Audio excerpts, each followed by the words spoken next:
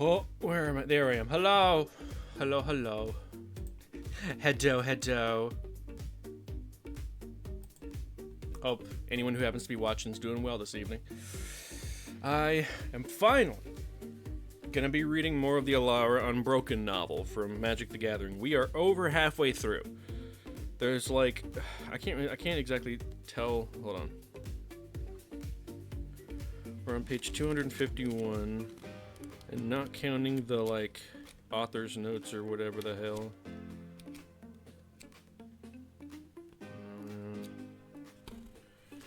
Let's see here. There are 373 pages, so 251, 373 minus 251. Trusty calculator. We have 122 pages to go. I'm not sure how many pages I read in 2 hours, but point is we don't have that much longer to go. So, let me get my trusty giant Gengar plush in my lap to give me something to rest my arms on.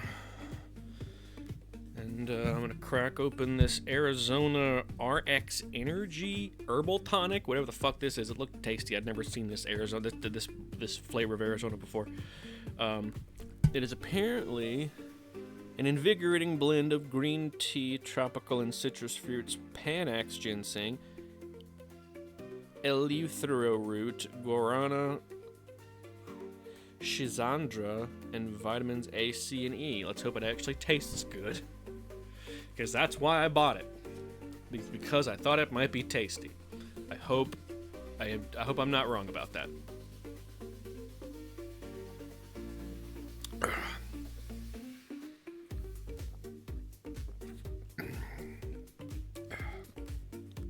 Had to finish off a Coke.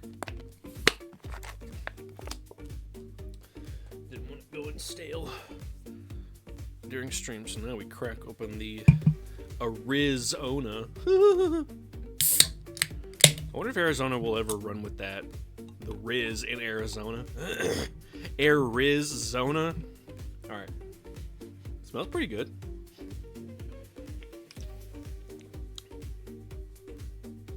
Tastes fruity. I do not taste the green. Wait. Taste a bit of the orange, but not so much the green tea. It is good though. I do like it. Very tasty. Tangy.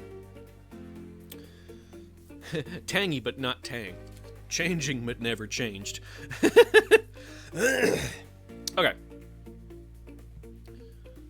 Let's see. No.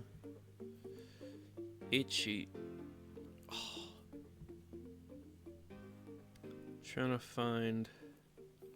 While I was waiting on stream to start, I was looking through. Here we go. I was looking through albums to listen to while I read through this.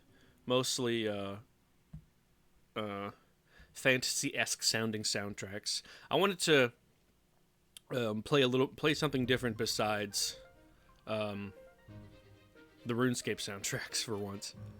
And so I found some I found in my playlists some albums by the Marcus Hedges Trend Orchestra, which does video game soundtracks. Excuse me. And this is his part. This is part 2 of an album that he did, doing a symphonic cover of Breath of the Wild. I'm gonna grab one more Zelda tape by DJ Cutman, Hellant, and Gain Shops. There we go.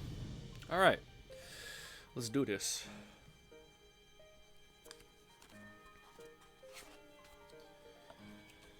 Okay, so let's. Oh, hold on. That's right. I need my visuals, of course. How could I forget about my visuals? Okay, let's see here. When last we left off, so let's see.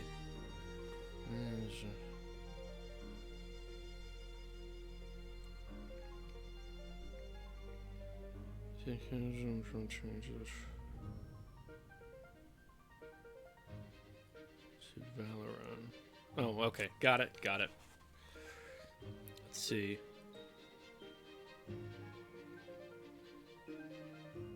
Yes, so basically what happened last time, for the past couple of chapters, is showing the POV of how the different shards of Alara have been reacting to suddenly being clicked together, essentially. After being apart for thousands of years, to the point where no one remembers... no one remembers them ever being one world. And, Rafiq's rhino friend got hypnotized and killed a bunch of his soldiers whenever, what is that plane's name? The white, black, and blue plane. It invaded Bant, which is the white, blue, and green plane, and the Bant folk were not prepared for the amount of magic and the type of magic and how much magic there was of the wizards of the invading plane.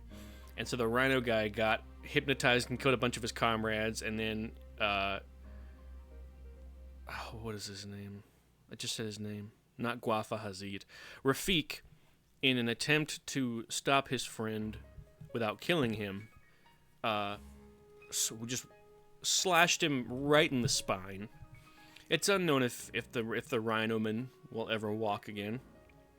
But as for what's going on now, Elspeth was injured, but she woke up and she's healed just enough to question Guafa Hazid, which she learned may be partially responsible for the merging of Alara. And so it is written. All right. I don't know why I went with that. That was a weird bit. Weird bit, but I'll take it. I accept it for what it is. Don't sing next. Here we go. Alrighty, Elspeth is questioning Guafa Hazid on Bant. What's the meaning of this? Demanded Guafa Hazid. I've been detained for days. You're coming out so I can ask you some questions, said Elspeth Tyrell, unlocking his cell, and you're going to answer them. Come on. Elspeth's injuries had kept her from returning to the front lines immediately, but she had convinced the cleric to release her to Valoran to see Hazid. She knew he could be a link to the worlds beyond Bant, and a key to the threats behind the war. These proceedings are out of order, said Hazid. I'll say nothing without a cited cast in the room with us. I know the statutes. Elspeth took him by the arm into a small room. Arax was seated there in white robes. Guafa Hazid, this is the monk Holland. He's of cited caste and will be monitoring our conversation. No, it's not good enough. I demand someone else. What a fucking bitch. You must be very interested in delaying this conversation, Hazid, said Elspeth, but it won't work. This proceeding is perfectly lawful, which you well know, since you know the statutes, as you say. Hazid grimaced with disgust and sat down. Please state your name and title, said Elspeth. Hazid sighed. Guafa Hazid, master merchant of the Grand Caravan, he said. Elspeth glanced at the monk. He nodded. Were you at Giltspire Castle 6 weeks ago? Asked Elspeth. My caravan goes through there every few months. I had the proper permits. Was your caravan carrying materials for a demolition spell? How should I know? Said Hazid. Have you ever seen my caravan? It's vast. We carry thousands of pieces of merchandise. I can't be expected to know every last thing in those wagons. Elspeth glanced at the monk. He shook his head solemnly. You don't seem to believe that, Hazid, said Elspeth. You've got a guilty conscience, haven't you? You were going to Giltspire in order to destroy it, weren't you? No, that place was falling apart. Everybody knows that. It was unstable, and you can ask any stonemason. My mages only cast a standard charm of good luck in commerce. The place fell down without us. Elspeth looked at the monk. The Rock's monk leaned in and whispered in her ear. It's hard to say, he said. He truly seems to believe he's not at fault. Can we compel him to tell the truth? Elspeth whispered back. The monk looked shocked. I guess not, Elspeth thought. He whispered, that magic has been illegal since before I was born. All right, Elspeth exhaled. She looked back at Hazid. Who put you up to this? She asked him. I told you we were just there to trade. Maybe our commerce spell accidentally backfired and loosened something in the structure. The materials we found in your caravan were not a money luck spell, Hazid. They were a stoneworking spell meant for the deconstruction of architecture, illegal to possess except by certain masons of the mortar caste. Then it was a conspiracy, said Hazid. I didn't know they had those. That's not what they said Elspeth. They all had the same story. You assembled them in particular for this trip to Giltspire. You gave them all the scrolls and rehearsed the ritual. They all said that you're the ringleader here. They're lying, said Hazid. They all want me framed for this. They were horrified, Hazid, said Elspeth. They didn't know what was happening until it was over. Most of them wept during our interviews when we told them how many people died in the disaster. What do you say to that? It wasn't me, I swear, said Hazid. I had nothing against Giltspire. I'm a merchant. Why would I want to do something like that? It wasn't me. It wasn't my idea. The monk nodded at Elspeth. I believe you, Hazid. I do. It doesn't make any sense, does it? You're a rich, powerful merchant. You've always skirted the law before. Why do something so blatantly destructive? It flies in the face of reason. Yes, thank you. I couldn't be responsible. It flies in the face of reason. It must have been a fluke. Wrong place at the wrong time. That kind of thing. Just a big misunderstanding. Elspeth put her hand on the arm of the Rocks monk. Holland, thank you for your guidance today. I'd like you to step out now. The Rocks was taken aback. Astonishment was never easy to read on a Rox's expression, but Elspeth could see traces of it in the monk's stony face. It's all right, Holland, she said. I'll be fine. It's not that, Elspeth, child. You can't ask him any questions without a sighted here, the monk said. You could endanger the conviction. Hazid looked back and forth between the two of them. His lips formed the trace of a smirk. Elspeth was firm. Thank you, but I'll appraise you of any questions I ask Mr. Hazid at a later time. Please go. The Rocks gestured one last complaint into Elspeth's gaze, but disengaged. He shot a look at Hazid, who knew enough to look away, and walked out, shutting the door behind him. Wanted some one-on-one time, did you? Said Hazid, amused. Yes, I did, said Elspeth.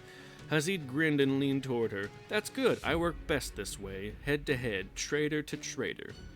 Sit back, Mr. Hazid. I'm going to ask you some strange-sounding questions. I require your honesty here. Your answers could be of grave importance, not just to your own situation, but to all of Bant. Hazid's grin melted. Why? What do you mean? Have you recently been in contact with anyone strange? Anyone you thought might be from a foreign land? Hazid scoffed. No lands are foreign to me. I've been all over Bant. Elspeth blinked. You haven't heard, have you? Heard what? They tell me nothing in that stupid cell. Never mind. You're well-traveled, as you say, so you're in position to know. Who have you talked to? The plan with the demolition spell. Did someone put you up to that? Hazid stopped himself. His eyes moved all around the room, resting briefly on everything but Elspeth. Who was it? I can't tell you, Hazid said. It sounds crazy. Try me. Many others wouldn't understand, which is why I dismissed Holland, but I believe you. I can't. He promised I would die if I told anyone. I can protect you. Hazid chuckled. It wasn't a happy sound. Not from him. Hazid, said Elspeth, do you know anything about the tremors we felt lately? And the storms? I know nothing. His eyes were round. What? Of course, everyone's eyes are round. What are you talking about? But I suspect. What do you suspect? I know it's him. He's coming for me. He promised me such power, but he tricked me and made me ruin the castle. There's only doom for me now, he said. He would come for me, to take me away from the consequences. Now I know he won't save me. He's used me. Who? The dragon. The Dagron.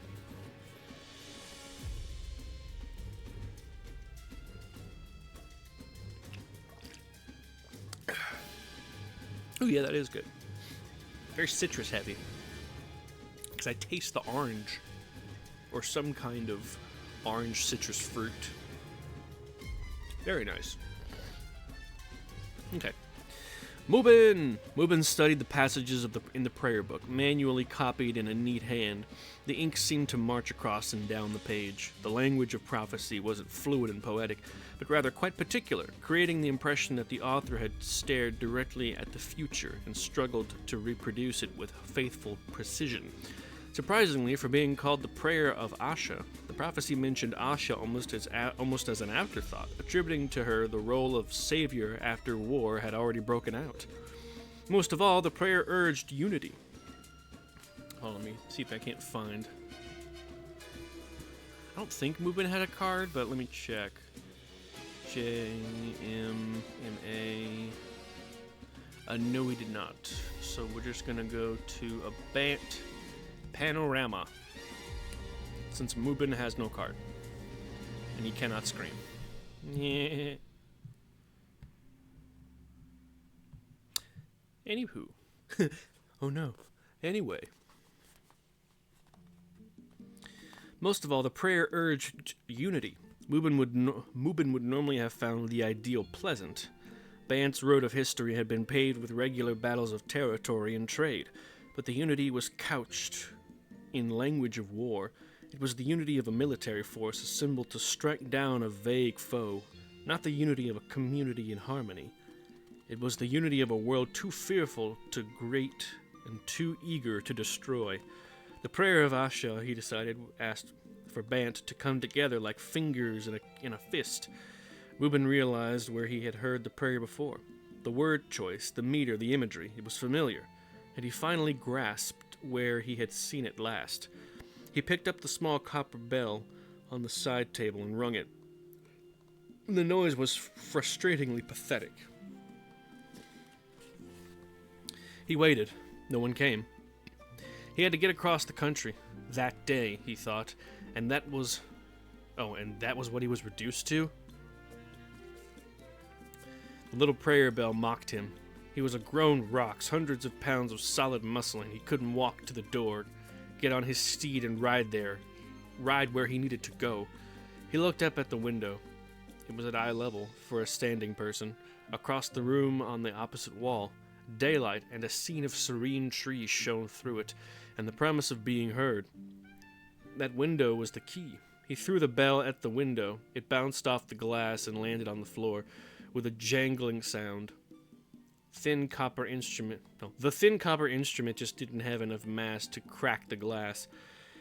He would have to drag himself across the floor and then raise himself up somehow. I can do it, he said to himself. He leaned over the side of the bed and pulled on the headboard, lurching his body to the edge of the bed. He craned an arm out to reach the floor, and his weight slumped partway onto it. He was poised delicately halfway out of the bed and halfway on the floor. The muscles in his arm strained. By inching his arm farther out, he pulled his bulk closer to the verge of the drop-off. He lifted his hips, pulled them, and rested them again, so that they teetered on the edge. He inhaled and exhaled and steeled his resolve. He pushed off the bed, letting his hips and legs fall. His lower body was dead weight. It free fell to the hard wooden floor, smacking down loudly. He expected pain, but felt none. It just looked bad. His legs looked strange, having fallen haphazardly against each other. He straightened them with his hands, and then he collapsed, heaving breaths. Why couldn't they just hear the damn bell? On the other hand, why had he given up on the tiny, tinkling instrument so quickly? He could be resting comfortably in bed, wringing his little heart out, waiting for a cleric to come. Instead, he was on the floor, and the bell was on the other side of the room somewhere. He needed to go. There was no time for him to waste, feeling sorry for himself. He eyed the window. He pushed up on his elbows with a mighty shove, flopped himself over onto his stomach. He was facing the wall at the head of the bed, opposite the window. He did a push-up, then began moving hand over hand in a guttural arc around to the opposite wall. His legs trailed after him. He was useless on land, he thought. He could just drag himself to the ocean and become a fish, flopping his tail about in the sea. He pushed himself up onto his arms, then collapsed forward onto his face. Gaining a few inches, he performed the ritual over and over again. When did he become so incredibly heavy? Next came the hard part.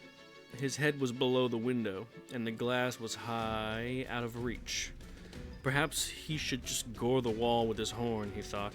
If he missed the stud, he could probably make it through the layers of wood and shingle in an hour or so, and the sound might be enough to attract someone.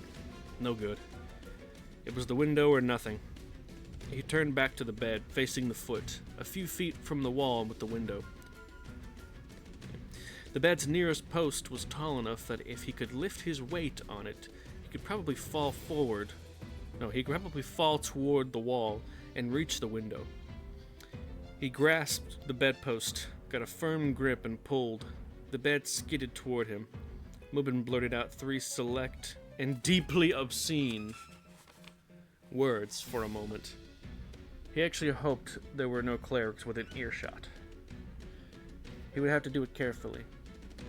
He could lean into the bedpost and pull himself close enough to the post to push most of his weight down onto it. He could lift himself instead of just moving the bed. He pulled hard. His upper half rose fairly easily, but as soon as he began to budge his lower half, it became far harder. He grabbed again, hand over hand, and lurched his weight up the corner of the bed. He hung on to the top of the bedpost, supporting his weight solely with his arms, his legs dangling limp. He would drop soon. It was now or never. With only a quick glance over at the window, he lunged. He successfully grabbed the windowsill and slumped against the wall, pulling hard to prevent his body weight from dragging him right back down to the floor again. Would he be able to manipulate the window latch while holding his bulk with one hand? He craned his neck to see. Of course, there was no latch on the window. It was a simple pane of thick glass fused into the frame. That made the decision easy then. He let go of the windowsill with one hand, and before he fell to the floor, he made a fist and smashed it through the window. The crash made an exquisite sound, an unmistakable sound of emergency and desperation that rang out across the meadows around the tiny recuperative cabin. He caught his weight on the window opening. He caught his weight on the window opening, his wrist crunching against broken glass. He hung there for a moment before his arms gave out. He collapsed back onto the floor in a painful thud, his hand bleeding. Nothing. 10 footsteps came faintly, then stronger, crunching up the trail outside. The door unlocked and opened. A cleric looked in and surveyed the scene. He found the bed pulled diagonally out of position. The bedclothes off kilter. He found Mubin sitting under the window, in a heap, his hand balled in a fist, trickling blood. "Get me a wagon," Mubin said. Shock slowed the cleric's response. "What?" he finally said. "I said, get me a wagon." "You can't. You need your rest. You're supposed to..." "As a paragon of the sigilled caste, and as a knight of the Order of the Reliquary, and as a nobly appointed scholar and champion of the blessed caste of Bant, I command you to bring me a wagon right now." The cleric blinked. "Yes, my lord, right away." He ran off, and Mubin allowed himself a sigh of relief. The entire chapter was just that. That was... oh, God. That didn't need to be a full chapter. Come on. That did not need to be a full chapter. That's like that is one of the longest chapters in this whole book, and it's counting front and back 1, 2, 3, 4.5 pages long. That one fucking chapter is just him trying to get someone's attention. Ooh, that's a frustrating one. Alright, we're moving, end of chapter, and we're moving on to Naya. Ugh. God damn. Woo! Mael! I love Mael. I'm glad she's back. I love her. She's an absolute cutie. Look at her! She precious. We love to see it. The absolute cutie. Love it. Love it. Let's see. Wow, that only took 30 minutes to do those 2 or 3 chapters. Interesting. Anyway. At Mael's behest, the God-Caller elves had assembled a host of Naya's gargantuan beasts. The colossal creatures had trampled a clearing in the wood, letting the sun shine down upon them with no canopy in the way. The destruction of the trees had affected some elvish residences, but Mael, as the spiritual leader of the elves, had insisted. She looked down on the assembled throng from the sun-sail tents that served as her chambers, listening to their grunts and bellows echo throughout the jungle. Her attendant entered, the girl's hands clasped in disquiet. Okay. Anima, said the attendant, may I have a word? Mael looked up. Of course, Sasha. This is wrong, whispered the attendant. Forgive me, she added hastily. What is? Asked Mael. Speak up. No, it is not my place. I can't have you holding something from me, Sasha. Loose your tongue. I know you believe in what you're doing, Anima, but I can't help feeling that this is wrong. Assembling this army is blasphemy. The Gargantuans are not ours to order around like this. They're Naya's gods. Who are we to send our gods off to fight some unknown war for us? They're not fighting it for us. They'll be fighting it with us. And it's not for some frivolous cause. Do you think I would call them this way were these not the direst of times? This is the word of progenitus. This is a time of prophecy, the crux of the meaning of our very civilization. This is the time that we need the Gargantuans most, and they need us. But what if you're wrong? What if this is not the way? Mael's eyes narrowed. My vision said it was. Now who's being blasphemous? A bitch. Could you imagine? I'm sorry, Anima. Of course you know best. Mael's face relaxed. She sighed. No, I am sorry. Here I ask you to tell me what you're thinking and then snap at you for telling it. The strange thing is, you're mirroring my very thoughts. I know this war is far away from us, and that we've seen no evidence of it. If it turns out that there's nothing behind my fears, then I risk single-handedly alienating us from the gods. And yet if it is true the war comes to Naya, then of course I'm hesitant to call the Gargantuans to perform such a dangerous task. You see? You're sensing the same problem that I've been wrestling with since the vision at the relic. If we don't act, all could be lost. If we do, all could be lost. If I seem not myself, it's because these burdens weigh heavily on me. Her attendant nodded. Mael's eyes still had some of the white clouds in them from the day at the relic. Did she still see the vision, even in her waking life? I thought she was blind. She pretty though.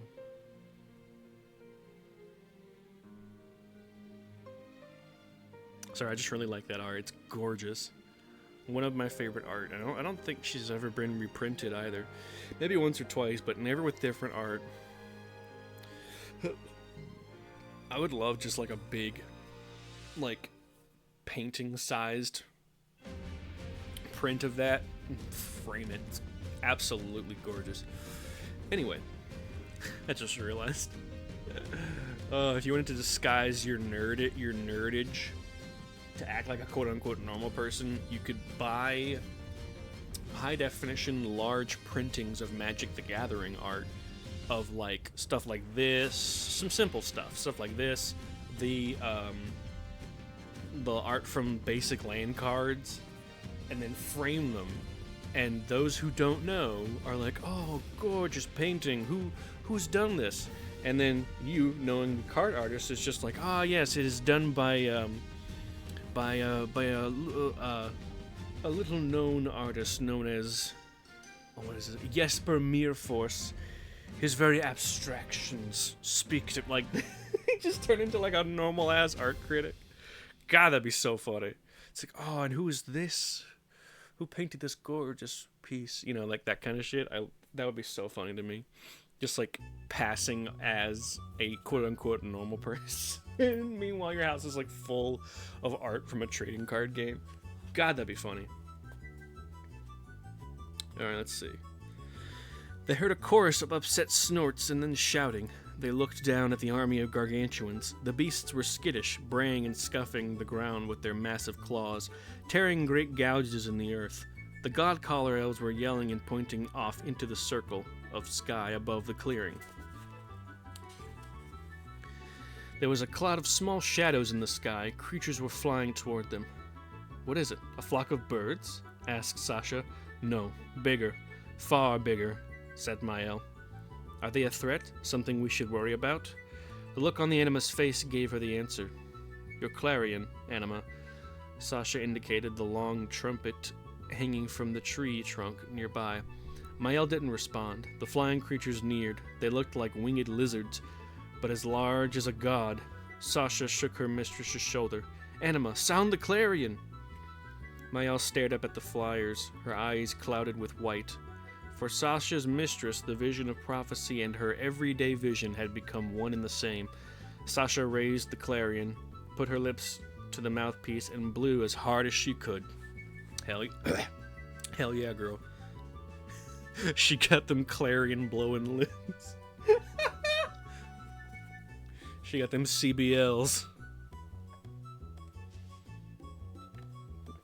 Oh, God, that's funny. Anyway, let's see. We're still on Naya, but we've switched POVs to Sarkhan Vol.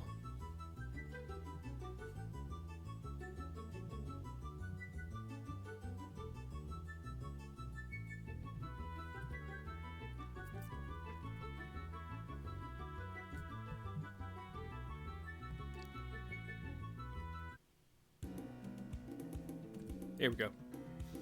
This is Michael Lamonti's covers of the soundtrack to Castlevania 4.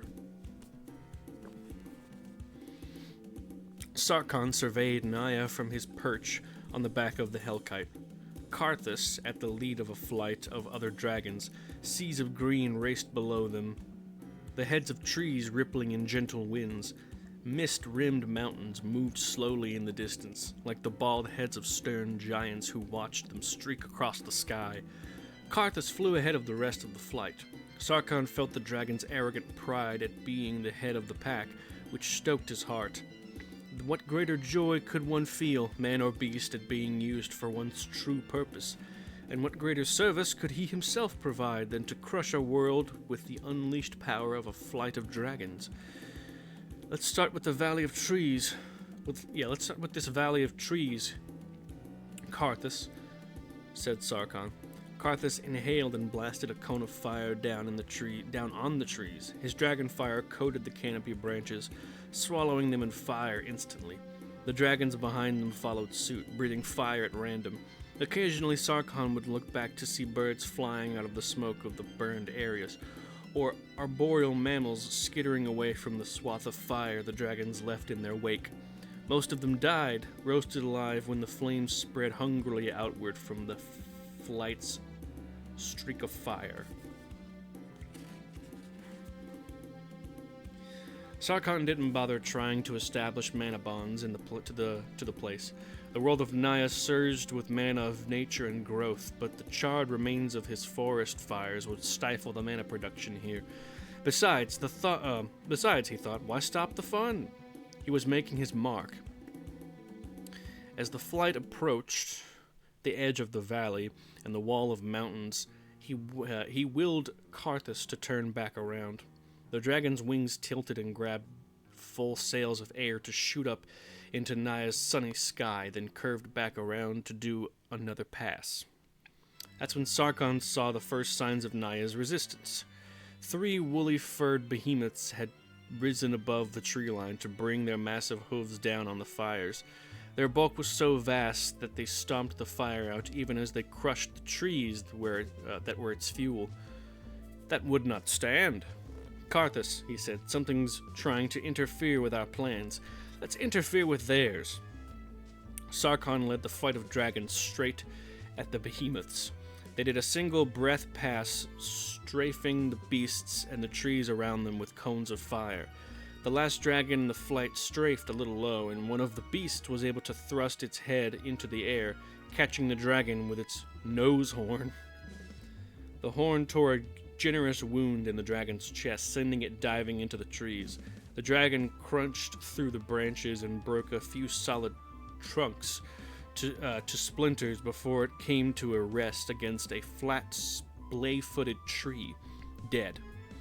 The behemoths shook their shaggy coats, and the ashen cinders broke off them, leaving their skin smoky but unburned. At Sarkon's signal, the dragons circled back around. Karthus, avoid the one with the nose horn. Dive on that one. There, the rest of you. More fire. Attack at will. I got a fever. And the only cure is more fire. Have some more fire. All right.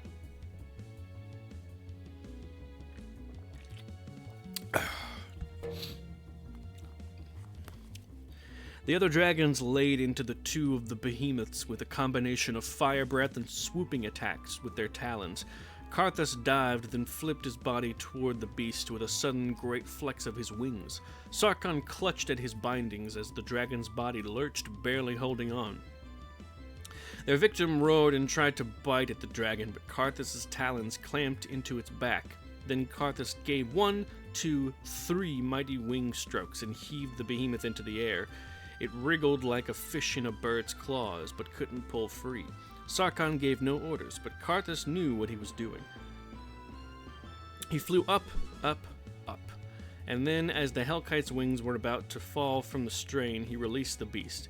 It actually rose briefly, flung in a modest arc, then plummeted silently, falling away into a slow-motion tumble. Sarkon didn't see it land in the jungle, but the impact caused a tremor wave that radiated out through the valley. As Karthus wheeled around, Sarkon looked back at the other dragons to see one behemoth have a chunk bitten out of it, and the other get burned to a crisp by 2 streams of fire breath. The beasts fell, and the dragons reassembled into a flight with no further casualties. "Serves those things right," Sarkon said. Where did these beasts come from, he wondered. He knew they were allied with those who occupy the central part of Naya. "Come on, my pets. We're going to pay the elves a visit." The Maelstrom.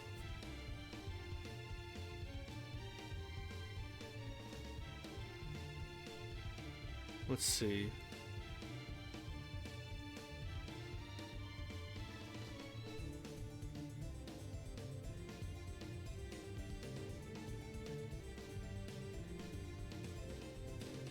Okay. So, this one paragraph chapter, oh goodness, takes place inside the Maelstrom, which I believe is at the center of the connecting points of Alara. And the only thing close to that I could find is Maelstrom Wanderer. So ignore the guy, but it's the things in the background with the energies and whatnot. Anyway, the Maelstrom. At the heart of Alara, above a spiral-shaped depression in the crushed earth, floated a sphere of energy. It was much bigger than a grain of sand. It would be an armful to a human, if it were able to be held. Misty lines of color spiraled into it from all directions, and the colors churned inside of it. Slowly, day by day, battle by battle, spell by spell, it grew.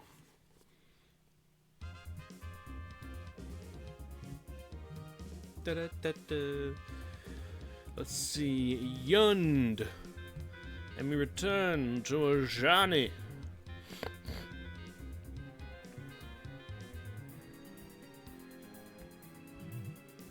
I'm gonna close out some of these so it doesn't get clogged down.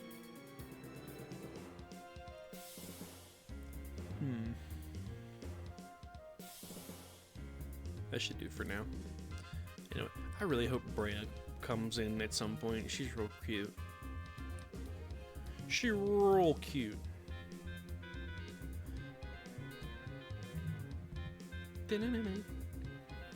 Okay. Okay. Jund. Ajani's native Naya had tropical jungles, but Jund's forests were a primordial carnivorous morass. Kresh and his warriors had their weapons out, and were hacking at the snake ferns that were trying to wrap around their ankles, and the carnivorous orchids that kept biting them with sticky thorn, quote-unquote, teeth. Some sort of chameleon latched its tongue onto Kresh, but he sliced it cleanly in half and kept moving. Ajani walked among the human warriors behind Kresh, their braid-haired leader. He cleared his throat. So, you're sure it's this way to this woman, Raka? Ajani asked. Kresh stopped and took a casual look around, as if the question hadn't occurred to him. We're not far, he said, and continued walking. Kresh didn't seem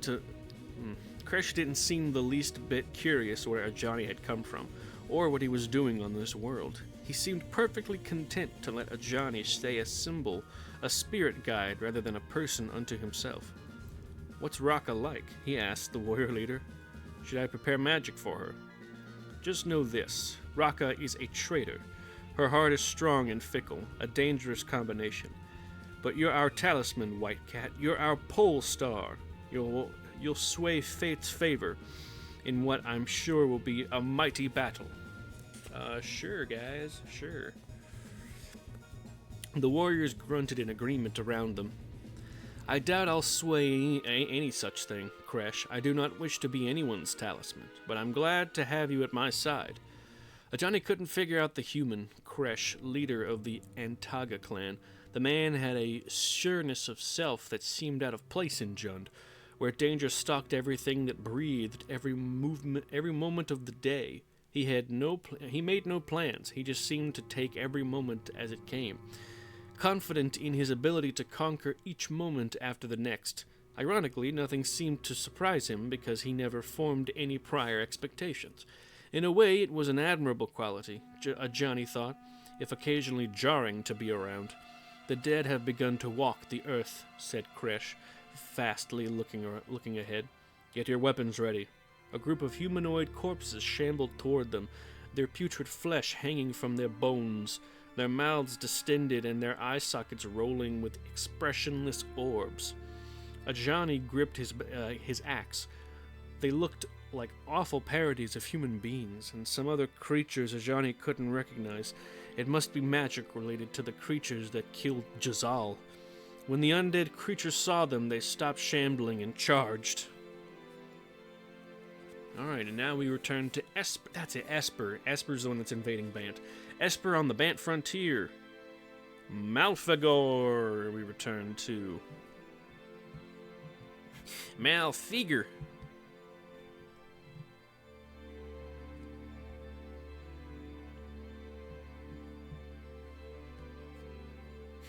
No, I kind of want Malfagor to be Australian. That'd be dumb, though. He really looks familiar. Like, his face looks like it belongs in like a Don Bluth movie. And I'm trying to like, he looks like he would be voiced by Tim Curry in the 90s. Very rapid succession. The demon Malfagor delighted equally in causing as much misery to his own forces as to those he conquered with his army. He enjoyed pulling on the metaphorical strings of power that branched out below him, reveling in the grim puppetry of the undead. If he weren't heading where he was heading, he would feel almost happy. Esper had been something of a joke, still flush with black mana to fuel his dark heart. Its shard was conveniently structured around systems of control, hierarchies of mages and sphinxes, as if the place had been designed for a demon's whip. He wrestled control of Esper's forces away from its mortal masters with only a modicum of torture and the simplest promise with few exceptions. One high-minded sphinx managed to meet his blazing glare and resist his temptations of power and corruption, although Malfagor successfully slew or tempted away all of the sphinx's underlings. The creature did the smart thing. It fled with its life, disappearing into Esper's sculpted skies. Truly, if he had to march across an entire world to get to Bant, Malfagor thought, then Esper was the world that he would choose to form the bridge. By the time he reached the frontier area where the crystal sand dunes of Esper began to bleed into the fields of Bant, he had doubled the size of his army. Ethereum-infused drakes and sludge striders made admirable shock troops, and those human and Vidalcan archmages, properly tempted out of their mortal souls, had made excellent lich lieutenants. He liked how their metallic enhancements exposed their minds to him, framed in Ethereum tracery. It let him observe directly the torment caused by his rule, but he couldn't truly enjoy the march due to its ultimate destination. The lands of Bant were not new to Malfagor, for he was a truly ancient demon. He remembered Alara when it was a single complete world centuries before, and he had ruled with impunity then. He remembered when Alara split in 5, tearing one aspect of Alara away from another, casting him into the depths of that subworld Grixis. And just before the world broke asunder, he remembered facing and destroying a beautiful archangel with a shining sword. In all his demonic life, the one being who had come closest to slaying him. It's the angel Asha! Let's see.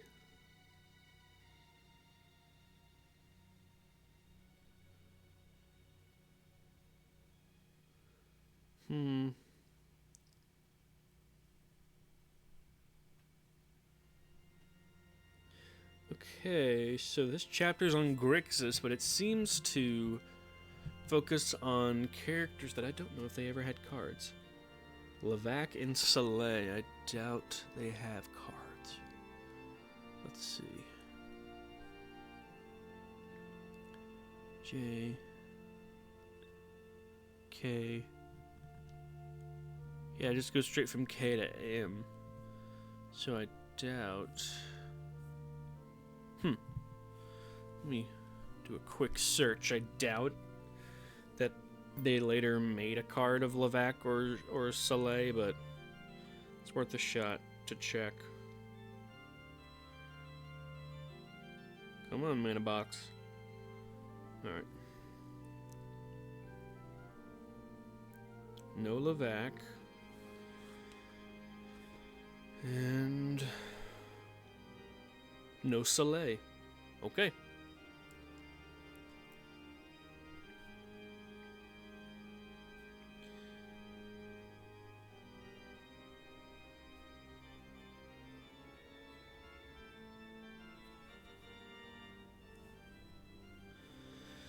Oh, goodness.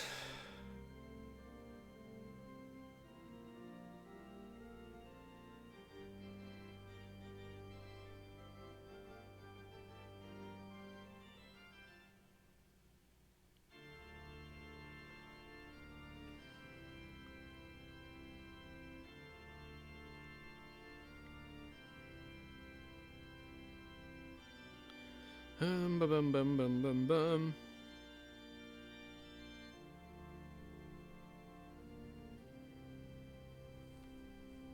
Okay. Itchy. Oh. Itchy face. Oh my god. Okay, so it's gonna have to be a Grixis panorama for now. Until a character shows up that I'm not expecting.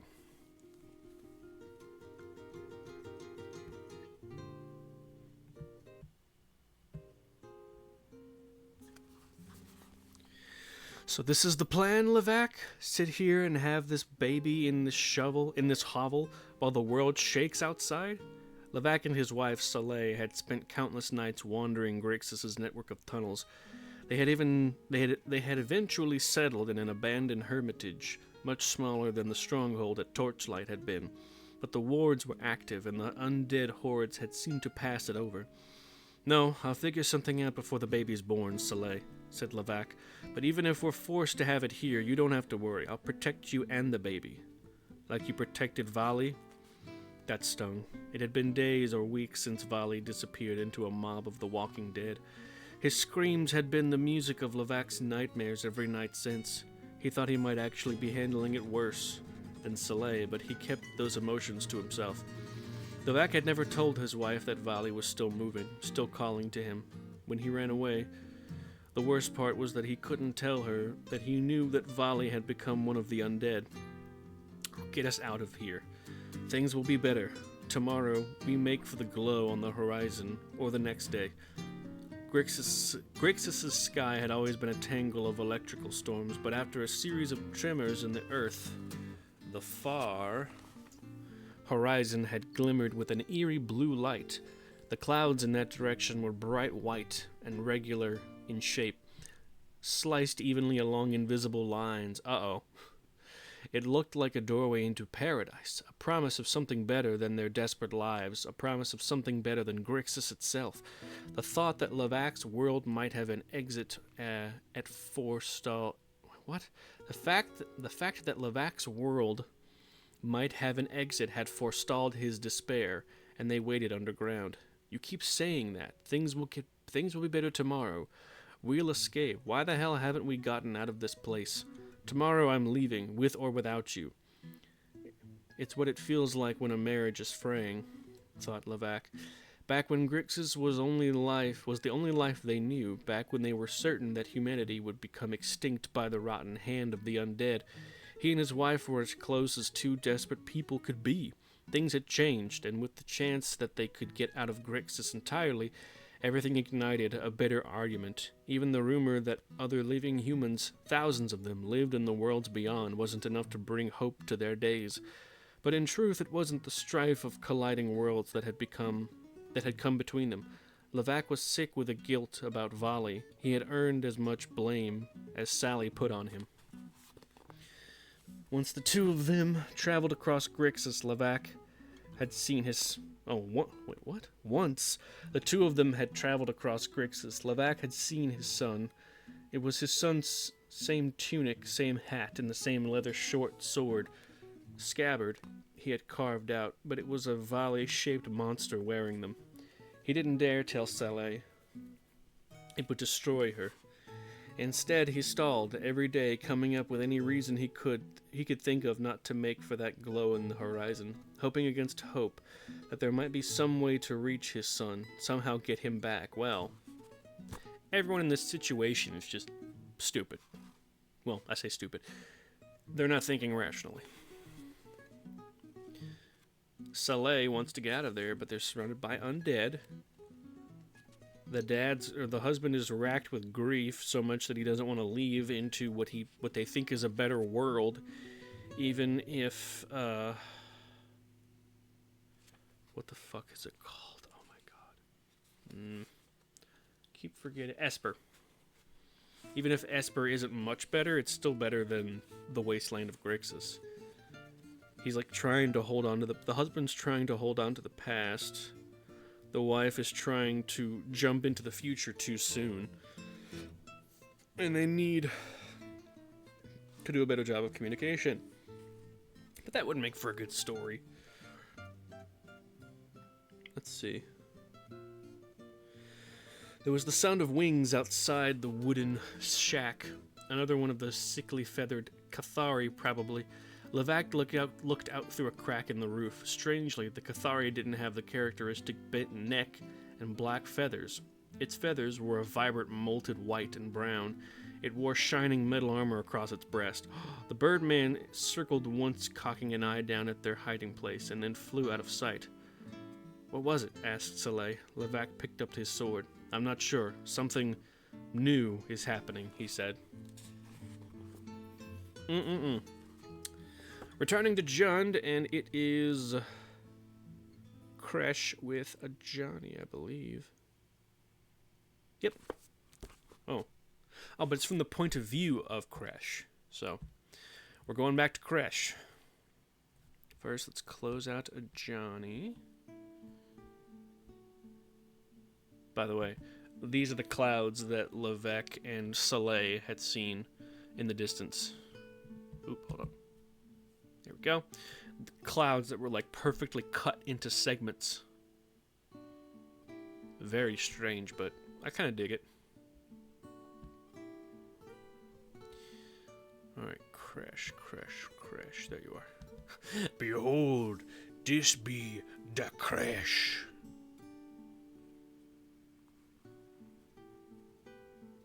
Open, please. I beg you. I beg you. Open. I beg you. There you go. Mother trucker, dude. That hurt like a butt cheek on a stick. It's one of my favorite fucking vines of all time. Mother trucker, dude. Bless his heart for not cursing. It's like weirdly wholesome. All right, let's see.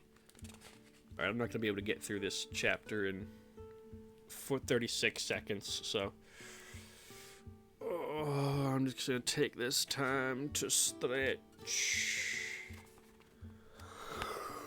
Do some yawning, you know.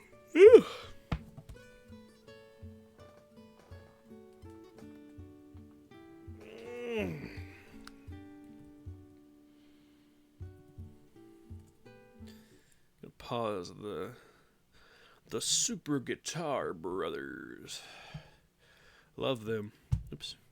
I was introduced to them thanks to Dan from Game Grumps because he's done quite a few covers albums with them. And they're fucking amazing. Both of them are. And they're releasing a third covers album with Dan. And based on the few singles they've released so far, oh my god, it's gonna be amazing. They've done covers of like Wish You Were Here. No, I don't think it was Wish You Were Here. It's more like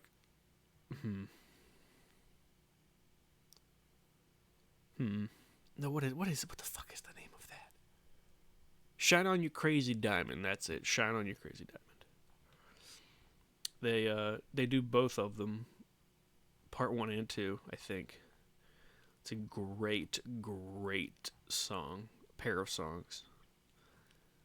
Shine on you crazy diamond, you were caught in the crossfire of childhood and stardom, boat on the still breeze. Come on, you piper, come on, you martyr, you seer of visions. Come on, you writer, you latcher, you martyr, and shine.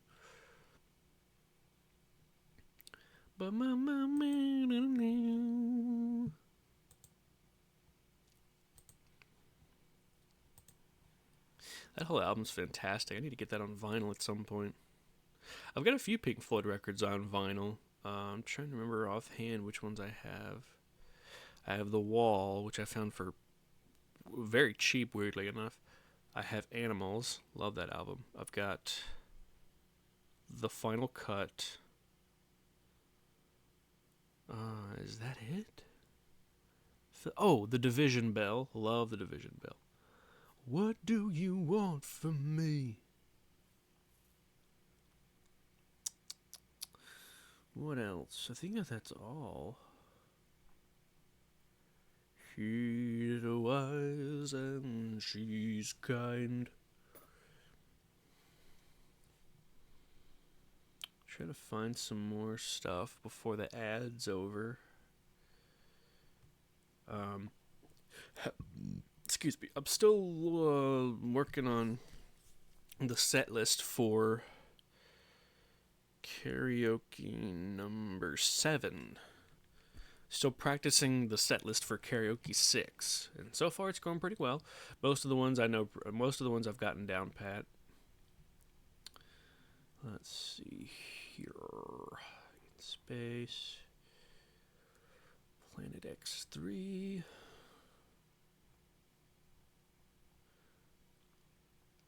Come on, give me some. Whoop, hello. Castlevania 3, that'll work. Oh, we're back. We're back from the ad. Welcome back from the ad. I'm looking for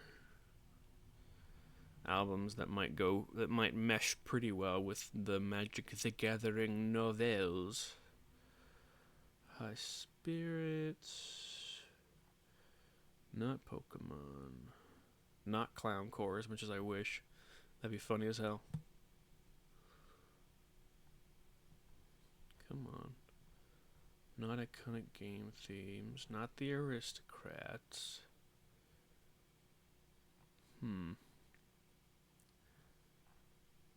She's wise and she's kind. She's tough, but she knows how to unwind. And all the lessons of living and the things she's given are only the best. Okay, we're back. Anyway, alright, we are on Jund, and we return to Kresh and Ajani, with the POV being from Kresh's perspective.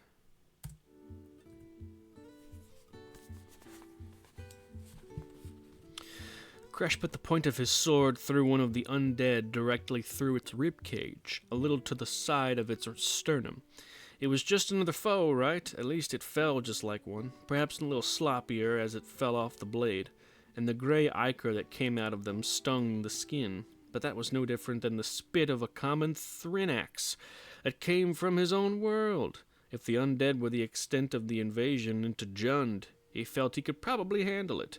The truly upsetting thing about them was that despite being dead, lying down seemed difficult for them. "Kresh, behind you!" yelled the white-furred Catman. Kresh whirled blade first, trusting the white cat implicitly. And sure enough, one of the walking corpses had stood back up after being gutted. The thing had been about to drag its claws down Kresh's back, and instead got 4 inches of heavy steel buried in its face. It fell, with the blade still in it. Kresh didn't bother retrieving his sword, but instead pivoted and elbowed another one of the things in the return motion, breaking its jaw. It didn't faze the thing, so he charged right into it, catching it in the chest and forcing it back onto the spiny growth of a nearby Tukatung tree.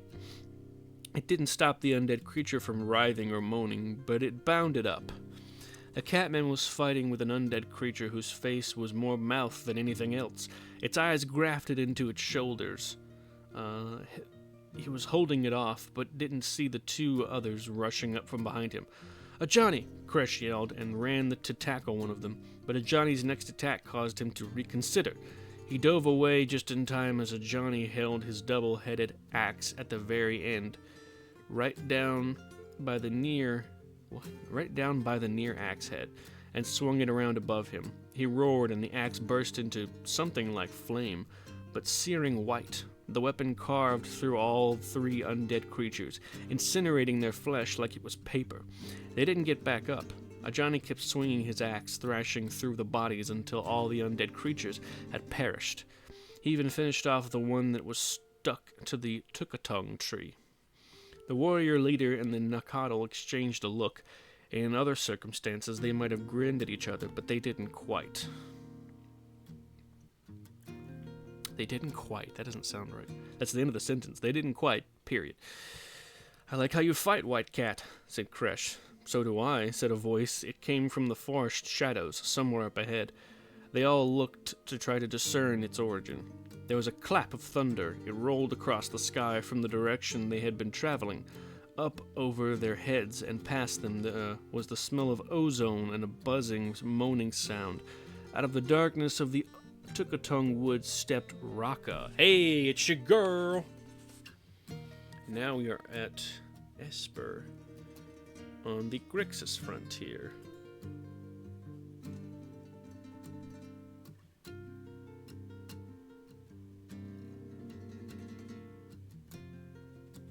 Oh, we've returned to Rafik.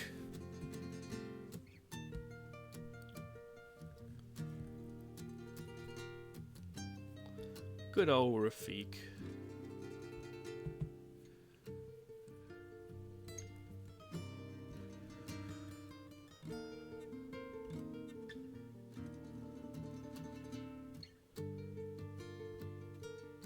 There we go.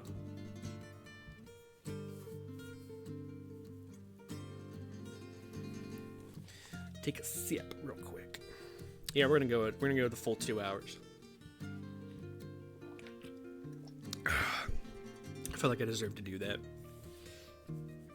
Feels only fair since I missed last week. And I think the week before? Wouldn't surprise me, honestly.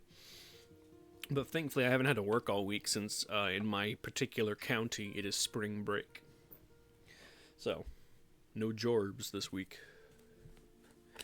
Anyway. Esper, the Grixis frontier. Ahead, the terrain changes came again. Knight General. What? So the start of the quotation is not there, and it ends, and then there's the end of the quotation. So, quote, "Ahead, the terrain changes again, Knight General," said Qaeda, Rafiq's Aven scout. "All right," said Rafiq. "What's your report?" "You aren't gonna like it." Rafiq frowned. "Tell me." The Aven seemed nervous or shaken. It was hard for Rafiq to tell. "It's scabrous. The terrain looks like it's smelled for the last hour. There are hills of bone and flesh. The whole place is rotting in on itself." "Is it some sort of mass grave?" "No, it's more like the entire land itself is a grave. I flew for an hour into the interior of the place. It just goes on like that. It just goes on and on like that." What in Asha's name? Were they marching into okay, so it's not, no one's speaking this. What in Asha's name? Were they marching into hell? "What's the enemy situation?" asked Rafiq. "There are swarms of dead creatures, like we've seen crossing over into the last region. Esper, they're definitely originating from the place ahead of us, and they're definitely an invasion force." "An invasion force? What's their source?" "We can't tell from here. We'd need deeper reconnaissance." "Leadership?" "Mages, most of them apparently. Also undead. Clearly powerful, but mainly some other larger creatures appear to be in charge." "What creatures?" "I'm not sure I have a word for them, Knight General. Frankly, they look like demons." Demon. The word was archaic to Rafiq's ears, a tattered remnant from an ancient scripture. It was a word found only toward the end of the prayer of Asha. "Well, it's not something we have the forces to fight." "Yes, sir. Gear up, soldiers. We've got the materials we needed from Esper, and the information we needed from the world on the other side. Now we're needed at home. It's time to return to Bant and rejoin the main force of Asha's army." "Sir, there's one more thing," said Qaeda. "What is it?" "There's a small shack just past the frontier, just inside the Deadlands. There appears to be living humans hiding in it, possibly a small family." "They're gonna be rescued! Oh, I really hope. I hope for the hopeful. Or whatever the fuck. I really want them to live now. Now that they have a chance, I want them to live." Oh, man. Oh. Ooh, it's Gerudo Desert. I didn't even have to look. I could hear it. Yeah, Gerudo Town, that's it. This is a great album, by the way. Highly recommend it. Super Guitar Brothers, Breath of the Wild. It's just full of covers. Beautiful. Great album. And it's all just acoustic stuff. Maybe some light drums, but I'm not quite sure, but beautiful stuff. They did a one for Ocarina of Time. Oh my god, it's gorgeous. They've done one for the opening theme to Chrono Trigger as well, and that's also absolutely gorgeous. I highly recommend Super Guitar Brothers. Beautiful, beautiful music. Anyway, we return to Jun with Ajane. Ajane Lade. Ban a third, fight of shows. Aaron Guildspire Adventure. I've not seen Aran. There's Asha. I haven't seen Derevi, although Derevi seems like he belongs to Esper.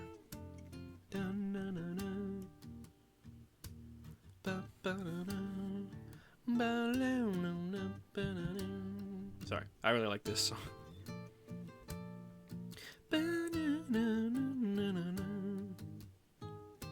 All right. Jund. As a Johnny watched, the human woman stepped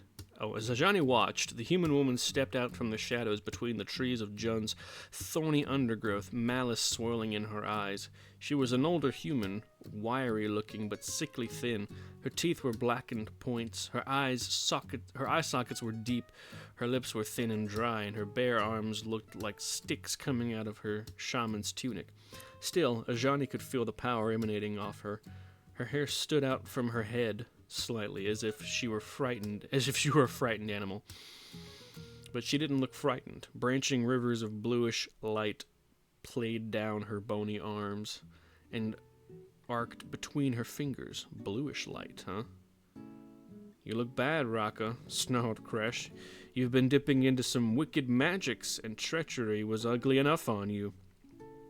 Kresh was stepping slowly toward her. He angled his head to pop a joint in his neck, and he collected a sword from a fallen comrade. He was going to kill her, Ajani realized. I need her alive, Kresh, Ajani warned. You're worse than a pawn, Kresh, Raka said. You're the pawn who thinks he's the sovereign. That's of no use to anybody. She stepped forward She stepped forward toward him. You don't need to say it like that. You could just say she stepped toward him. She stepped toward him, her hands crackling. If you were smart enough to understand your stupidity, then there could be a place for you in my master's world, or in mine. We could find you quite useful, but as it is, she continued, stepping forward, you'll serve me much better dead. Raka thrust her arms forward, discharging a bolt of lightning directly into Kresh. The bolt hit him like a charging animal. The impact lifted him off the ground and threw him back 2 body lengths.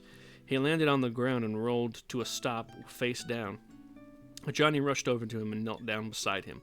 The man was alive, but his body trembled and twitched. There was a black mark on his back from which wafted a wisp of ugly-smelling smoke. Hilarious. Kresh's warriors pointed spears straight at Raka. Hold it, Ajani told them, and they didn't advance. Ajani looked up at the shaman. This ends here, he said to her. You'll stand down, and then you'll tell me what I need to know. He knelt there, with his hand on Kresh, trying to call upon the sun-drenched glades of Naya as he spoke. Or I'll add you to the trail of bodies I've left behind me. I've not seen your kind, otherworlder, she said. She folded her hands and looked at him up and down. But I can see the strength in you. You've got a deep spirit. It feels a bit like another being I know. Ajani's fingers touched Kresh's back. He could feel the burn wound ripped inside. What? He could feel the burn wound ripped inside of him, traveling all the way through the man's body. He sent a spell into the man and felt the tissues realigning and the organs mending. That's what I've come for, Raka, said Ajani. I want to meet your master, Nicole Bolas. That's Spanish for Nicole Balls. Oh, his reputation precedes him then. That's good. He's always looking for powerful recruits, so I think he would like that very much. He's far away from here, but I could lead you to him, she said. But I'm afraid that's going to cost you. She stretched her hands out, drawing a web of electricity between them. What do you want? She smirked and nodded to the fallen Kresh. Him, she said. Then she gestured with her head to the rest of Kresh's warriors. And all of them dead by your hand. The warriors murmured angrily. Calm down, said Ajani. That's not going to happen, Raka. What if I take this axe and put it to your skinny throat and just threaten to kill you instead? Killing me won't get you to my master. Her voice went grave. And believe me, I won't break from threat of pain or by pain itself. I'll go insane first. Ajani's eyes narrowed. Besides, she said, twisting threads of lightning between her bony fingers, I've been trying out some new magics recently. New elements from a whole other world. It's quite powerful. I'm not sure I'm able to handle it. Who knows? I could be liable to kill myself at any moment. The glow of the energy lit her face from below. shading her eyes. Johnny's anger rose. He was almost certain he could destroy the elder woman with one swift motion, but he didn't know anyone else on the plane who could lead him to his goal. To seek revenge on Bolus without her, he could never get to the source of the conspiracy. Without her, he was lost. She was his last hope. "Time's up, brother," said Jazal's voice inside his head. "Your vengeance or your friends, what will it be?" I'm gonna turn down that music just a wee bit. For some reason, it got a little louder.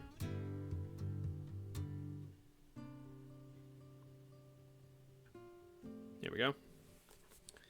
We return to Grixis and Rafik. Oh, yay!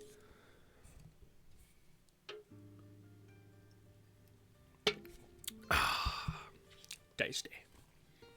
Tasty. Rafik comes to the rescue. Rafik crashed through the door of the small hermitage, protective carvings around the door, frame blasted. Oh my god. Why do you do this, spacing Jesus? Protective carvings around the door frame, blasted blue fire past... oh my god! What is this fucking... what is the wording? Oh, this sentence is confusing. Okay. Rafik crashed through the door of the small hermitage. Period. Protective carvings around the door frame, blasted blue fire, blasted at him.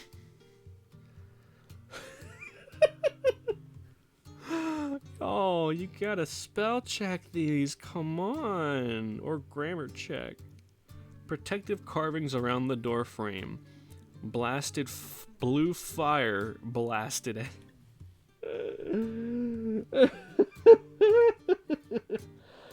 Oh my god. Okay. Protective carvings around the door frame blasted blue fire at him, but it only rolled off the wards carved in his armor. In the darkness, he saw the points of a sword, and fell into a defensive stance, but relaxed when he saw that indeed it was a living human who held the blade. A bearded man held a sword at Rafik, and behind him huddled a woman, her hands on her abdomen. Another on the way, and soon. Their faces were gaunt and smeared with grime. The man waggled his sword at Rafik. "Begone, demons!" he said.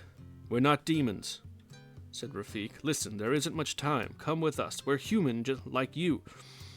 "Demons wear the faces of friends and speak their words," said the man. "Or you might be necromancers, or our wards attacked you. I warn you, if you take another step, I'll run you through." Behind him, the woman was sucking in breaths through her mouth. "We have to go," said Rafik. "I am from another land, a world called Bant. We came here to rescue you from your demons. I do not know this word, necromancer, but I assure you I am not one to fear. Your ward spells probably didn't recognize me as one of your own, but I am an honest man, one whom you can trust. Come now." The woman moaned and clutched her swollen belly. "My wife is heavy with child," said the man. Rafik considered. "Are these protection wards still active?" "No, they are spent now. A mage would have to reactivate them before another attack." Rafik wondered how they had survived for so long. "Then I'm sorry," he said, but we'll have to move. We're heading out of here, and you're coming with us." "My wife will not be able to travel," protested the man. "Yes, I will, Levac," said the woman. "Help me up." Rafik nodded at her respectfully. "I'll bring the cart around, then when I give you the signal, you run to the vehicle drawn by the large lions." The man and the woman exchanged a glance, then the man spoke. "Before we go, I have one small request." "Give me your wife."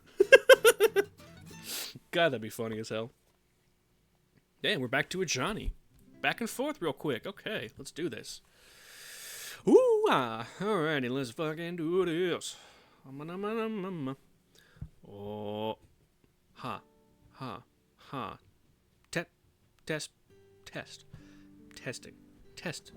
test. Why is there a fucking, like, half-second delay?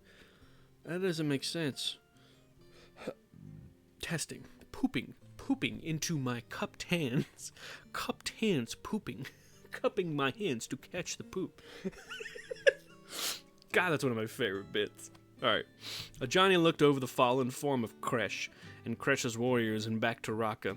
She would give him exactly what he needed, the location of her master, the one who ruled the darkened world on the other side of Alara, and the key to who killed Jazal, but only at the cost of the humans.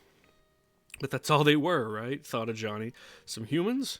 They were the same bloodthirsty species that had chased him down and almost killed him just for being a cat that matched some shaky prophecy. He owed them for that. Ajani felt heat in the veins behind his eyes. His heart churned with lava. Raka was beaming. I wasn't sure I'd be able to find the fire in you. It's gratifying to see. Her face darkened. Now let's see you let it out.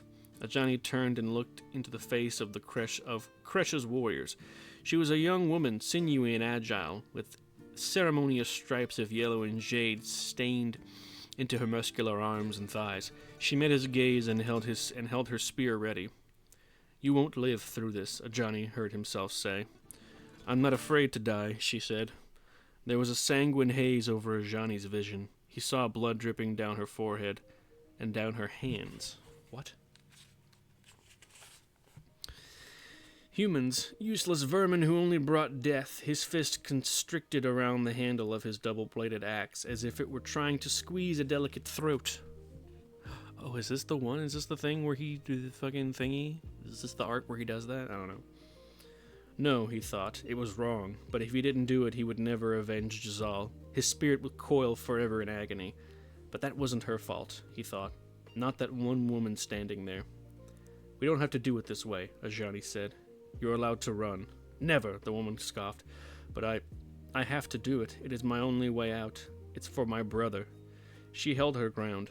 Do what you have to do, White Cat. I'm not leaving until my tall there is fully alive and she is fully dead. She cocked her head toward Raka. Raka chortled. But I can't see through you. But I can't get through you, the warrior continued.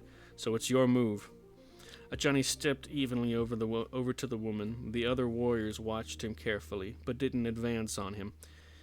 He put his hand up under her jaw so that the points of his claws curved around to touch her cheeks on either side. He glanced at Raka. She was smiling. She nodded. It would be so easy just to squeeze, Ajani thought. One squeeze and he could end his torment and Jazal's. One squeeze and he could channel all his rage and crush his troubles inside of a fist.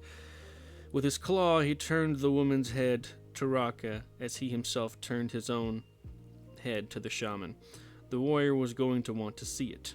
Ajani willed a bolt of rage and force at Raka, and in a flash it manifested from Ajani's body and flashed into her. The elementalist crashed head over heels, breaking through the spiny trunks of 2 tokatong trees, her body landing somewhere out of sight.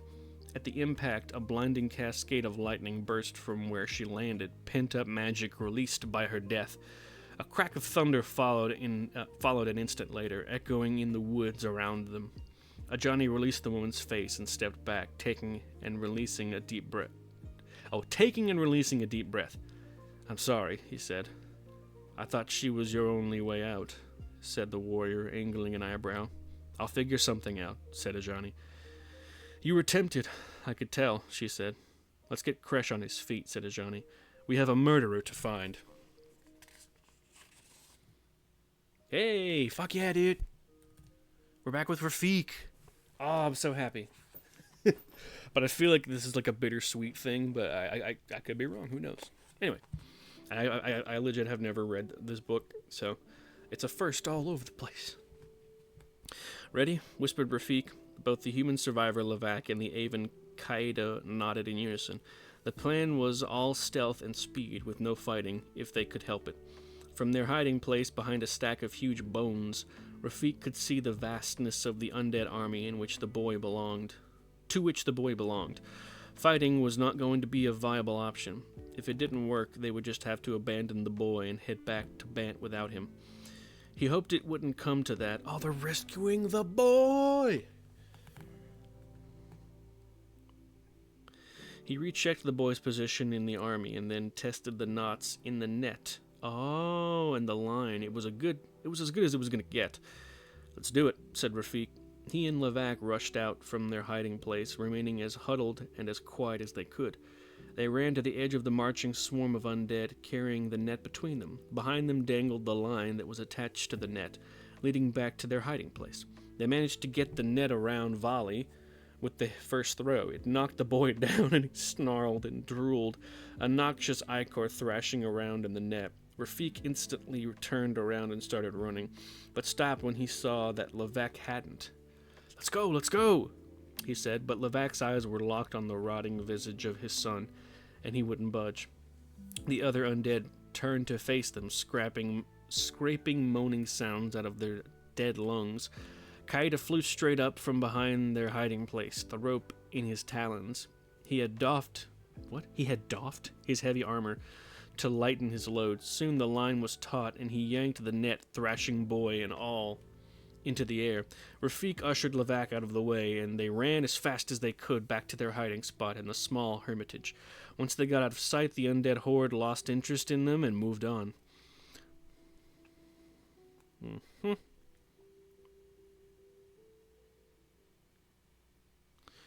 Anyway, where are you? Once they got out of sight and moved on, the boy was in their custody once more, but it remained to be seen, thought Rafik, whether anything could be done about his condition. He helped Kaida and Levac bring the boy back to the small hermitage and prayed. We are Marisi's mind. It's Marisi! Wow! The old lion. Who's the reason why Ajani lived in a village outside of standard Leonin protocol or whatever the fuck. They lived in the wild. He was born for... Alright. He looks cool, though. Is he daddy? Ah! He's super hot. He might be your type. It's a great bit. Ah! Oh my god, it's such a good bit. It's so funny.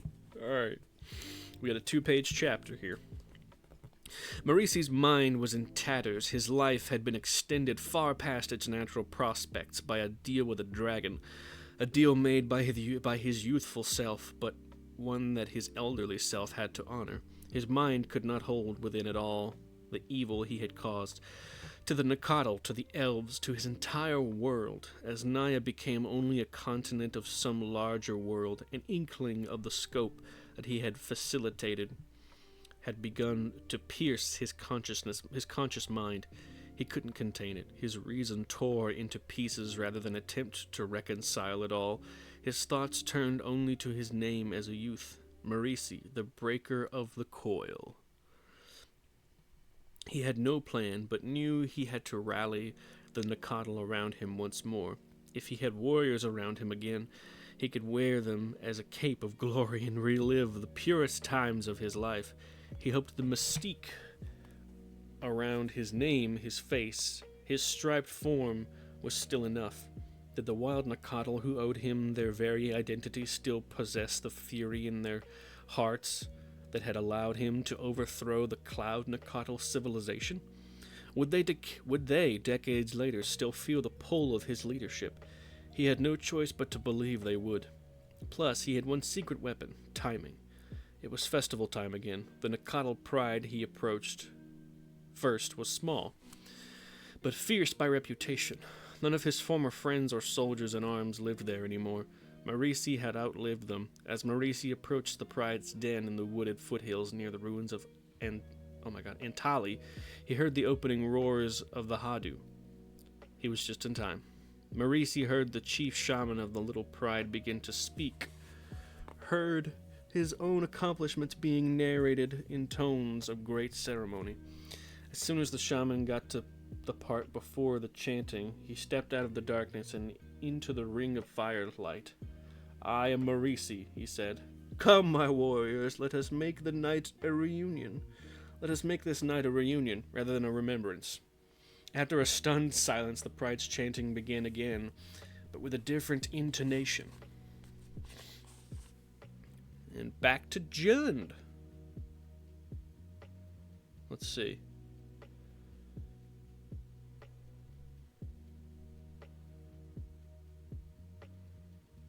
Wait, what?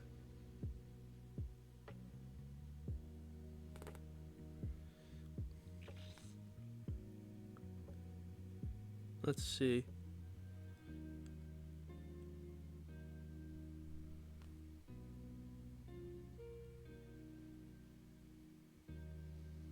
So, like, the chapter says Jund, but it's from the POV of Sarkhan.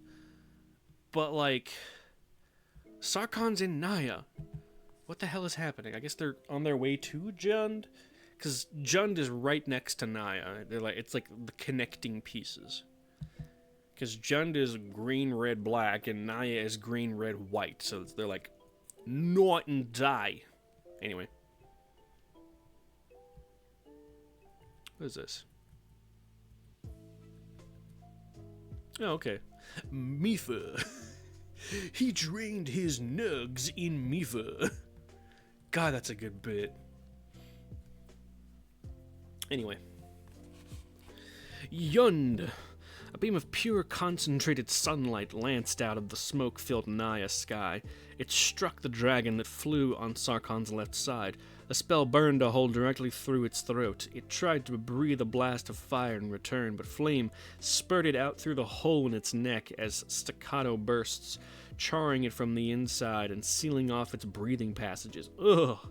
Then a hail of arrows from the jungle below tore through the beast, puncturing it like a pincushion.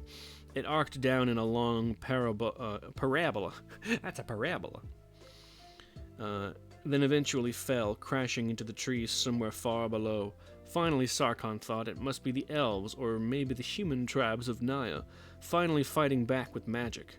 The humanoids had begun amassing in the jungles below Sarkhan's air assault, and although the archers were frustrating, some of them below him were potent spellcasters.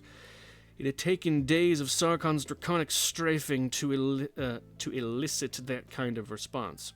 Days of charring huge swaths of jungle with dragonfire. That sunbeam spell was good. It would do nicely, churning up the mana of Naya, causing it to stream to the maelstrom, as Bolas desired. But he needed more than that, much more. He took the one dragon's death as an excuse to stage a retreat. He wheeled Karthus around and headed back. Sarkhan craned his neck to see behind him, to see whether the humanoid armies had followed.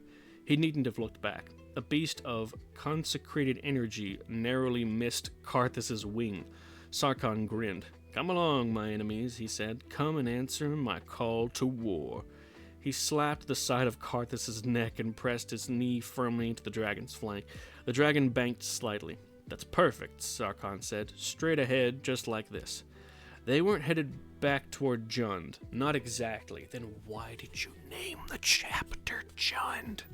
If you're in Naya, you fucking goober.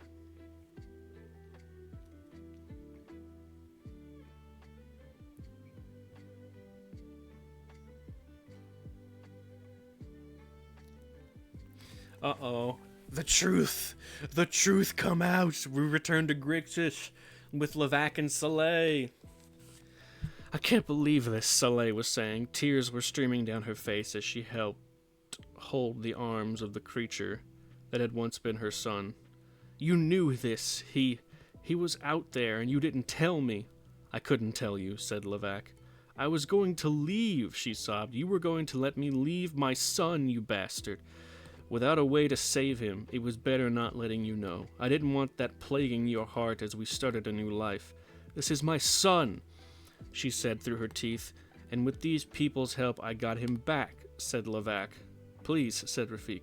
"Let's try to calm down. The boy needs us now." They held Vali down on a makeshift table in the small hermitage shack. Rafik stood over him. He knew just the words to help the boy. Words that he trusted, words that he knew came from the tongue of an angel.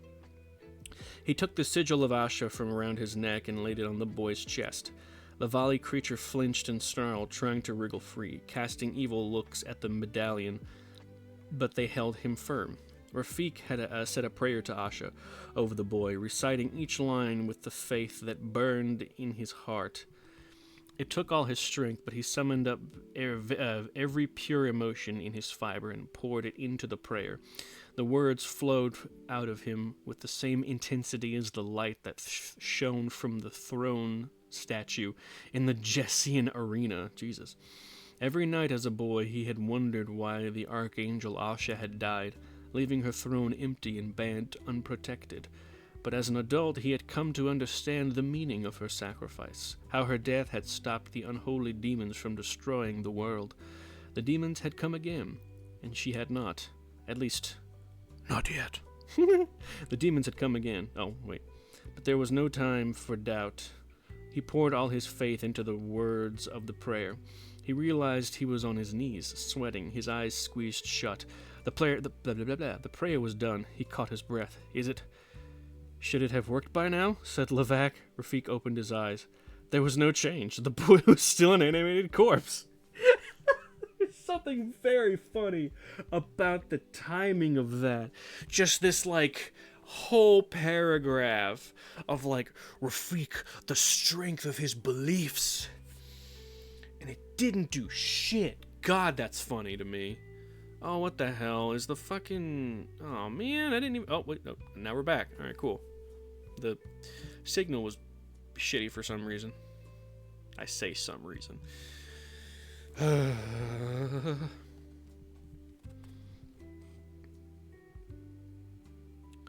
There was no change. Oh, yeah, the boy was still an animated corpse. That should have done it, said Rafik. He's still not any better, said Levac, his voice carrying a note of rising panic.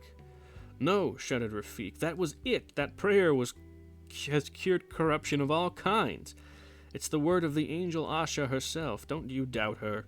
The creature called Vali snarled and writhed about in black, its black eyes rolling with hatred. Look at this. You said you could help my boy, cried Levac. It isn't my fault. The prayer should have worked. This boy is an abomination. God damn it, Rafik. You bring back my son, cried Levac. Our son is dead, said Saleh. Oh, shit. The two men looked at her. She was holding an axe from the Hermitage arsenal. Saleh, started Levac. This monster is not him. Vali, our son, is dead. And you two won't see that until this thing stops deceiving you. With that, she swung the axe and chopped up the zombie's head with one clean stroke. The head rolled and the creature sank into stillness. Sally dropped the axe, blinked unsteadily for a moment, and promptly fainted. I bet she did. I would too. Levac went to her and put his arms around her. He shook with weeping. Rafik just stood there, watching the couple. He didn't retrieve the sigil. He didn't leave to rejoin his troops. He just let events wash over him. He tried to figure out something encouraging to say, but he couldn't. Deep inside of him, entrenched somewhere under layers of memory and formative experiences, inside of a staunchly protected shell of Rafik's innermost self, something died. That's me in the corner. That's me in the spotlight. Rafik losing his religion. Oh my god. I don't know why I find that so funny. That's so funny to me. This religion that he had lived his entire life believing is just either gone or never existed to begin with. And for some reason, I find that vindicating. I don't know why. I'm not sure how to look into that, though. Either way, we return to Grixis and Kresh. Oh, excuse me.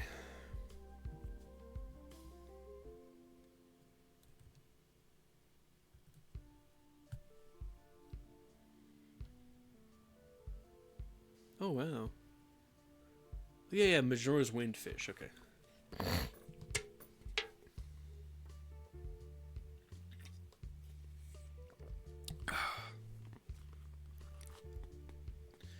Alright, so we return to Grixis at the Jund Frontier.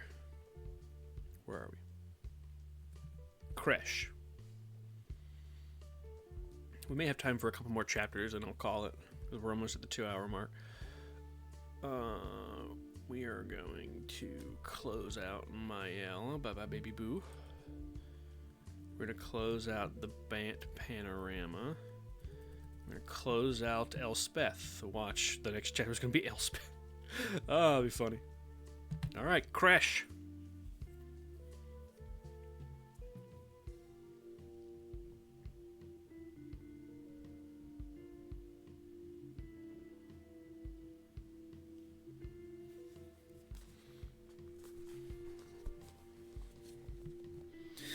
This must be it, said Kresh through his hand. The stench was unbelievable. Ajani Kresh and the remaining warriors of Clan Antaga had pressed on in the same direction they had been traveling, hoping that the path that led them to Raqqa would also lead them to her master. They had climbed over shards of rubble to get to their vantage point, and Ajani wished they hadn't. Jun had given way to Grixis. The landscape of Grixis spread itself out before them, repugnant and obscene like a naked corpse, and the mana, the Grixis mana, smelled to Ajani like death, even more profoundly than the little air. It had the same aura to it as the creatures that had attacked the night Jazal died. Ajani's heart went cold. I think you're right, Ajani said. Yeah, this is the plot. This is the place. I watched a German documentary on concentration camp survivors and and it was like a survivor that had returned to a location where a Nazi camp used to be, but had been burned down. There was just grassy area, and he looked around. He's like, "Yeah, this is the plot." He said in German. It was very chilling. He's like, "Yeah, this is the place." Whew. Ooh. Shivers, man. Yeah, this is the plot. Plot spelled P-L-A-T. Yeah, this is the plot. Let's see. Whoops. Slipped. Let's see. What horror is this place that has invaded our world? Asked one of the warriors. It's not an invasion, said Ajani thoughtfully. It's a unification. This isn't a foreign world anymore. It's part of our world. And somewhere in there is the being that caused Jazal's death, he thought. The enormity of the task ahead overwhelmed him. Take heart, warriors, said Kresh. Look, they've got land and mountains and clouds. They've got beasts clamoring around and flyers in their skies. It's just another Jund, only it's darker and deader. We care not. For us, it's just another hunting ground. For us, this is the final hunt. He banged his sword on the bone of his chest armor. Ajani marveled at Kresh's irresponsibility. He needed some of that fire. Maybe they could do it. That is very funny. It's just gives you this. It's like it gives you vibes of like conquistadors or British settlers in the U.S. and they go into Canada and they're like scared. They're like, it's just another USA. It's got hills and clouds and mountains. Oh God, that's funny as hell.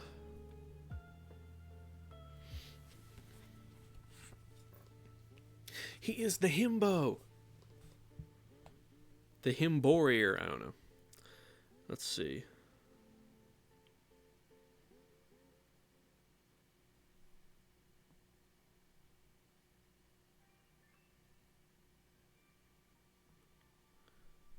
Alright, yep, Rafik.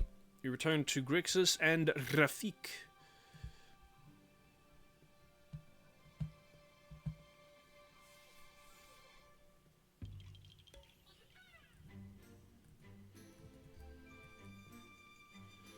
Hey, we got to the part one of the Marcus Hedges Trend Orchestra for Breath of the Wild.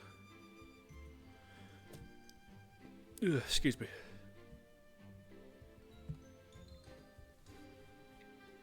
Okay. We should move on soon, said Kaida, the Aven. The undead armies have passed. If we move, they'll find us again, said Levac. The rank and file aren't smart, but their leader is a cunning demon called Malfagor. What did you say?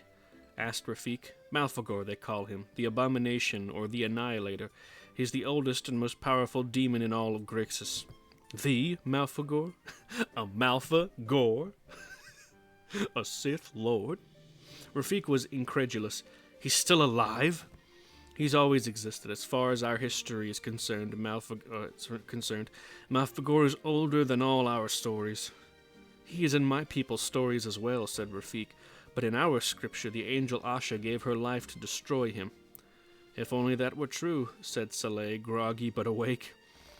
So I think we should give him a wide berth, head in the other direction, or maybe we can just make a life here in Esper. You're not in Esper, you're in Grixis. Rafik's eyes were far away. No, he said. We need to follow that army. What? Said Levac and Saleh together. Yeah, what? In fact, we need to get ahead of it if we can. I think I know where Malfagor might be headed. Straight to Bant. Oh, hey, we're back to Marisi. Didn't expect that. Okay. This chapter or the next one might be the last one for the night. Marisi. The Muscle Daddy Lion. The Furry Muscle Daddy. I don't know. I just get the... No, I think I showed my friend what Marisi looked like, and she's like, oh, God, Daddy. I'm like, hell yeah, girly pop. Oh, so funny. Bless her heart. Alright, we're back on Nyan. Marisi moved with his swarm of Nakata warriors to the Kasali Valley. There he would find the last pride of wild Nakata left, the only one that he hadn't rallied under his banner of legend. He had saved it for last purposefully. He knew the pride would be gripped by fear and grief. It was there that Bolas's magic had been used directly. It was there that the Ka Jazal, greatest threat to Marisi's legacy, had been assassinated partly by his own actions. He didn't know whether opinion had turned against the name of Marisi, or whether they would also embrace the knowledge that he was alive. He knew that the shaman witch, Chimamatl, lived there, which would work in his favor. His deeds could help her son's quest to become the Ka of the Pride, but he also knew that the white-furred Ajani was from that pride. He was not anxious to see him again. To be safe, he ordered his army warriors in first. By the proclamation of war, Ka Marisi, your pride is ordered to submit to all its able warriors to join his army, said Marisi's envoy. What is the cause of this? Said the pride's representative, the Nakatl called Tenok. Fucking Tenok. The cloud Nakatl have caused the earth to quake with their unholy magics, said the envoy. Marisi has risen from the dead to resume his fight against this tyranny. We go to war against the Cloud Nakatl once again. The ruse was enough. The fear caused by Jazal's death and the recent movements of elves, behemoths, and the earth itself had prepared the pride for change. Marisi felt confident enough that he emerged personally from behind his army, and the last pride of wild Nakatl cheered his return. Marisi roared his warrior spirit kindled by the show of fierce camaraderie, and the hundreds of Nakatl joined in Marisi's roar of rebellion. Only one among them said nothing. Zaliki watched as her pride, her extended family, dissolved into Marisi's army. She had never met Marisi, but she knew of him, and the thought of him burned her heart. Without a word to anyone, she stole up to Jazal's lair. There she gathered Jazal's notes, the documents representing Jazal's research into the legends and prophecies of Nakatl and Naya, and slipped away into the wilderness. Hell yeah, dude. You go, Zaliki. Get him, or run away, either one. Alright, one more chapter. Bant. Oh, it's Mubin. Wow, I didn't expect Mubin to come back. Alright, let's close out all the other ones and then do the Bant panorama again. Because I do not have a rhino guy Not even a generic one, I don't think.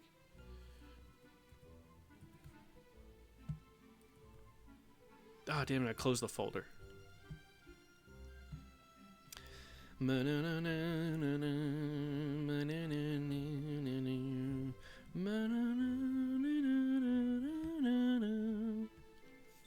Beautiful. Alright, Banty Wanty, what have you got?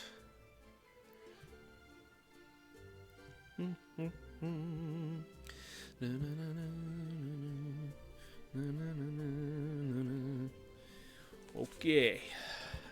Mubin's wagon came to a halt outside the grounds of the palace of Arasil, the Blessed. He could hear the 4 Liatau roar with relief after the long ride. "We're here, sir," said the wagon driver. Mubin looked out. It was dusk. Through the gate, he could see the 12 trees of Valoran, lined up in 2 tidy rows of 6 across a long reflection pool. The pool reflecting the dying light of day.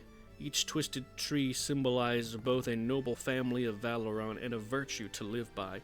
And if Mubin was right, each one hid an ancient crucial secret. The wagon driver unhitched the largest, strongest Liatau from the wagon and brought it around to Mubin. With difficulty, they got Mubin into the saddle. The Liatau was tired, but it knew its duty.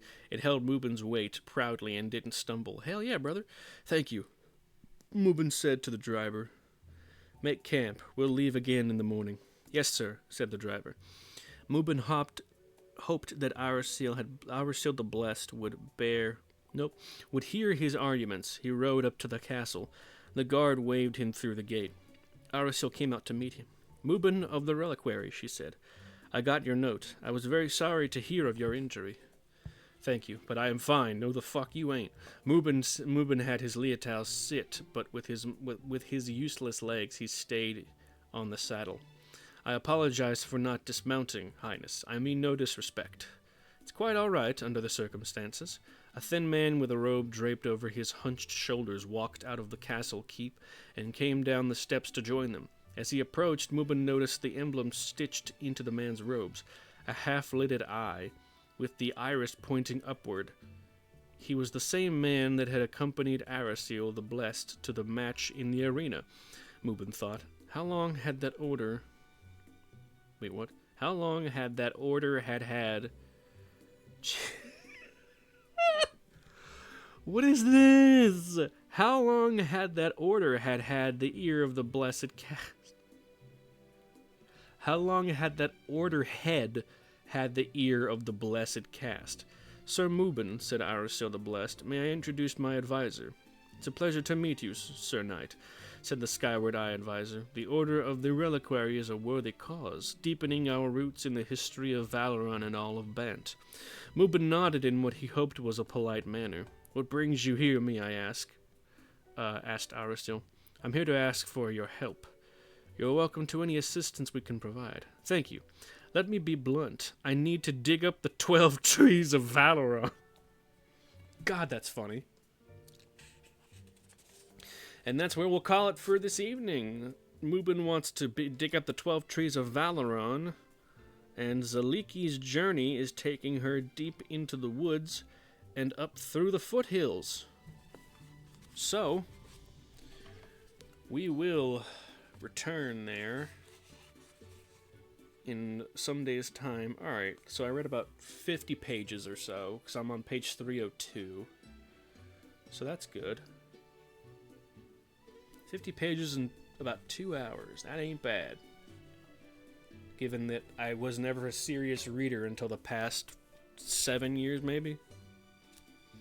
Not counting manga.